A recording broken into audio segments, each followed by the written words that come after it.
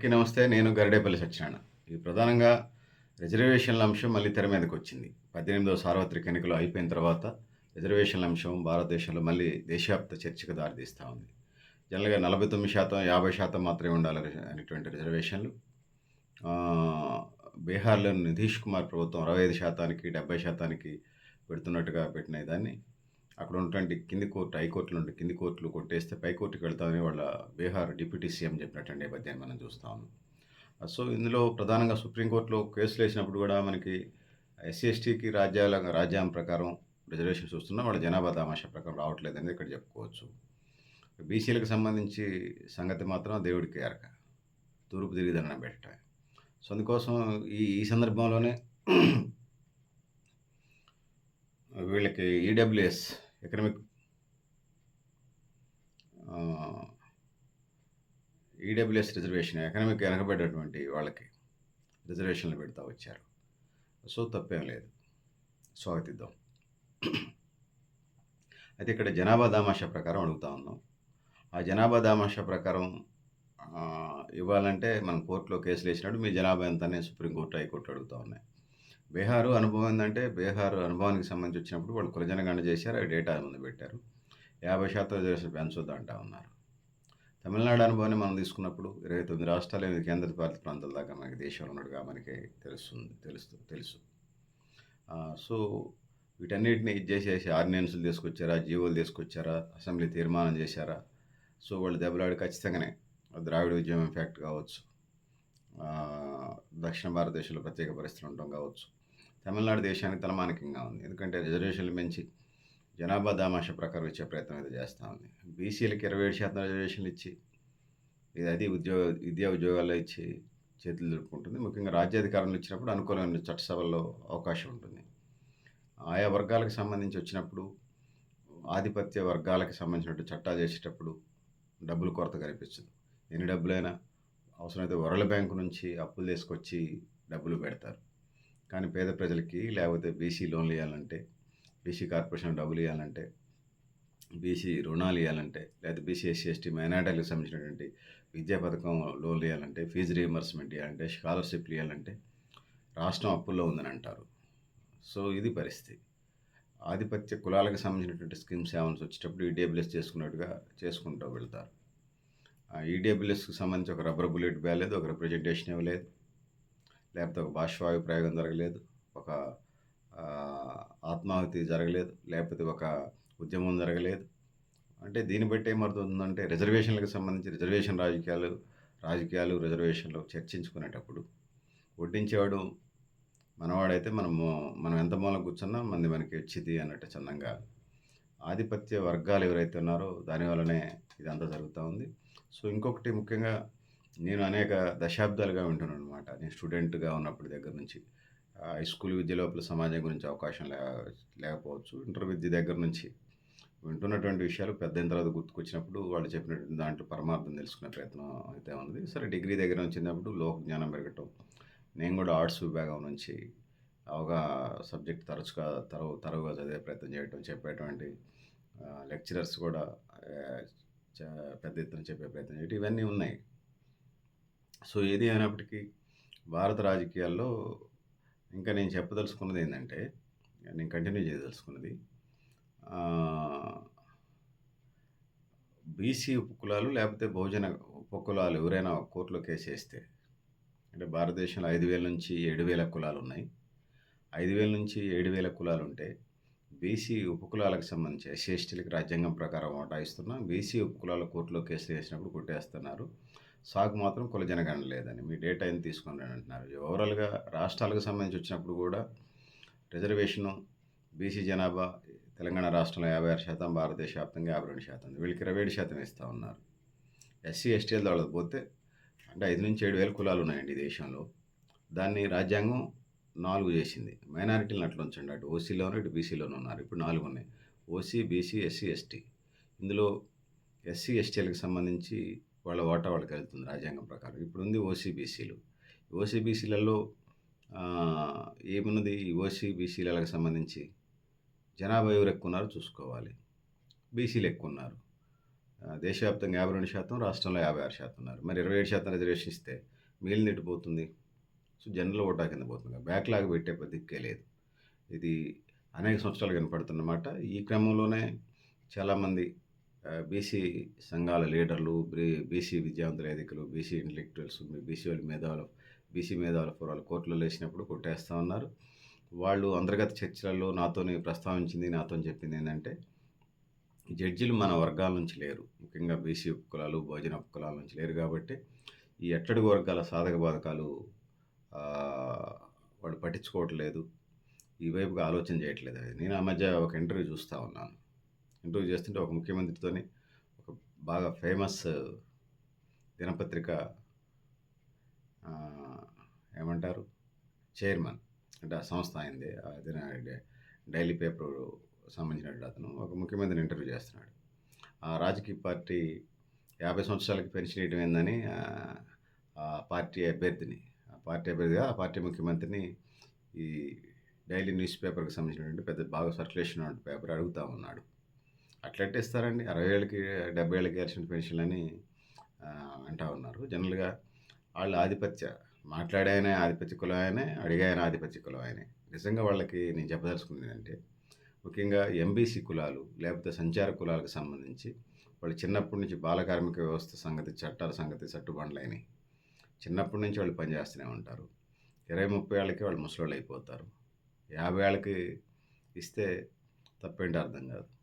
నేను అనేది బీసీ కులాలు, ఎంబీసీ కులాలు, ముఖ్యంగా సంచార కులాలు ఇందులో ఉన్నాయి. ఎందుకంటే వాళ్ళు అప్పటికే పని చేసి రోబోలాగా చేసి పనిచేసి మిషన్లాగా పనిచేసి వాళ్ళ ఒంట్లో శక్తివో సత్తువ పోతుంది. మీరు 60 ఏళ్ళ దాకా ఇస్తే మా వాళ్ళు 60 ఏళ్ళ దాకా బతకాలి కదా.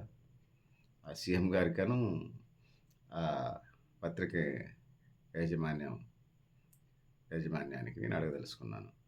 సో, అందుకోసం బీసీ కుల జనగణన అడుగుతా ఉన్నాం, రిజర్వేషన్లు అడుగుతా ఉన్నాం. విద్యా ఉద్యోగాల్లో 50% పైగా జనాభా ఉంటే 27% ఇచ్చి మాకు తగాదాలు పెట్టడం, మళ్ళీ ఎక్కడెక్కడ ఉన్న కులాలను తీసుకొచ్చి బీసీలో కలపటం.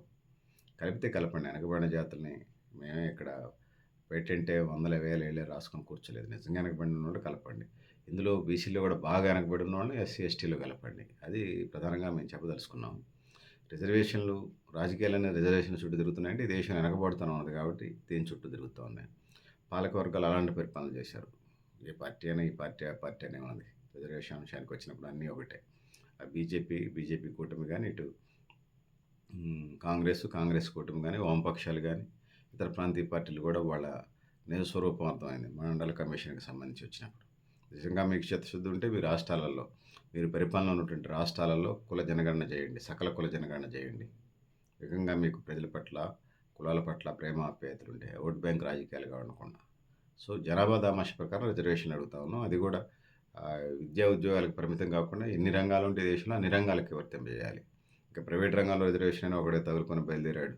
ఉన్న రిజర్వేషన్కి దిక్కులేదు. ఇంకా ప్రైవేట్ రంగంలో రిజర్వేషన్ ఎవడు కోరుతా ఉన్నాడు. కోరేవాళ్ళు ఉంటే అది మభ్యపెట్టడం తప్ప ఏం లేదు. భవిష్యత్ సంగతి ఎవరు అడుగు.